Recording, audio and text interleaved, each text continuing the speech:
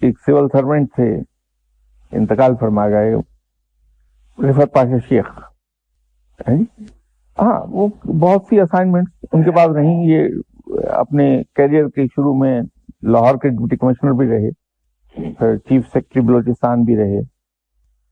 ان کو ایک زمانے میں یہ دل کا مرض ہو گیا تھا, ہارٹ پرابلم تھی.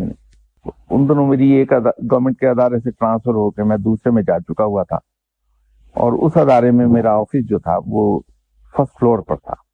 تو یہ سیڑھیاں چڑھ کے آتے تھے. جو مجھے پتا چلا تو میں نے ان سے کہا کہ دیکھیے, جب ڈاکٹر نے آپ کو سختی سے منع کیا ہے کہ سیڑھیاں نہیں چڑھنا, آپ کیوں سیڑھیاں چڑھتے ہیں؟ کہ آپ سے ملنے کو جی چاہتا ہے. تو میں نے کہا آپ مجھے ٹیلی فون کر دیا کیجیے, تو میں آپ کے گھر پہ حاضر ہو جایا کروں گا. درمیان میں پھر یہ کوئی 2 مہینے نہیں آئے.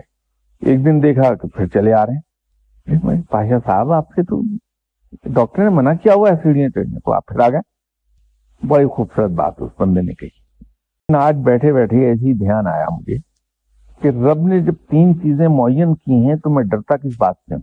کہ جب میرے موت کا وقت معین ہے, پھر میری موت کا مقام بھی معین ہے, اور میری موت کا طریقہ بھی معین ہے, کس طرح سے مجھے مرنا ہے. تو پھر یہ کیا ہو رہا ہے؟ تو یوں میں آ گیا ہوں کہ جب چیزیں ہی معین ہیں تینوں, اس میں میرا کوئی کنٹرول ہی نہیں, تو ڈر اور خوف کس بات کا مجھے؟ تو چلو چلتے ہیں شاہ صاحب کے پاس, جا کے کافی پی کے آتے ہیں.